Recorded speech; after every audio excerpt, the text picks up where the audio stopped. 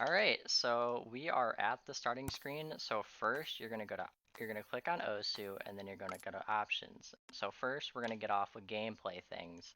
So like keybinds, mouse settings, tablet settings, blah blah blah. So we're gonna type in keybinds. I'm just gonna show you what I have for my keybinds.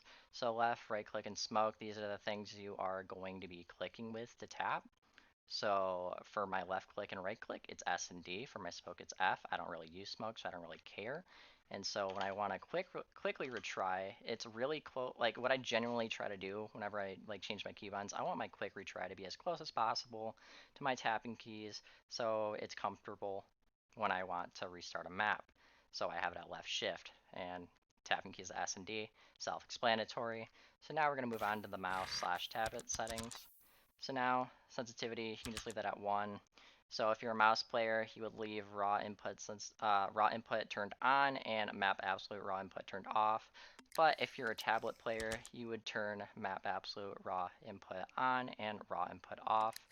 Generally, with raw input, it just makes it so the Windows settings doesn't interfere with the actual like in-game sensitivity, which is really good. That's generally what you want.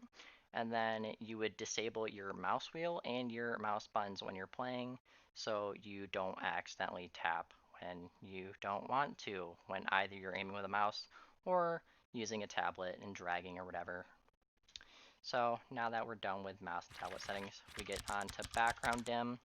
What you would want to do, you want to turn this to 100%, just so whenever you're playing, you don't actually like see the background. That's something you don't want when you're playing. It's very distracting and something you don't want. So then after that, you'd go to detail settings. I don't really use detail settings. A lot of them are distracting anyway, so just turn them all off. Simple as that. And then as for render settings, I have my frame set to unlimited. This is really preference right here. This can take a lot of tweaking, but what I do is I turn reduce drop frames on and detect performance issues on as well, and then have my layout set to rendering at my native resolution.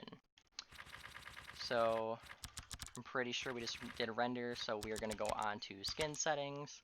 So for skin settings, you can choose whatever skin you want. You can just look it up on YouTube. That's really preference. I like to use ignoring all beatmap skins. I like to use the skin samples too, and I would like to only use my skin cursor. So it's something it's very self-explanatory. So now that you're done with the skin settings, we'll go on to volume. Volume is one of those self-explanatory ones. If you have an output device, if you want it to go to your speaker, you can put it to your speaker. If you want your headphones, put it to your headphones.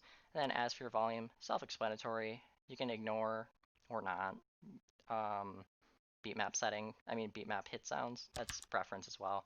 Universal offset, that's something you gotta figure out. You can look it up on another tutorial, but this is just not the one. And then for volume, that is it, as well as the rest of the settings. So that's pretty much all you need to do to get OSU set up, and as simple as that. And that's all.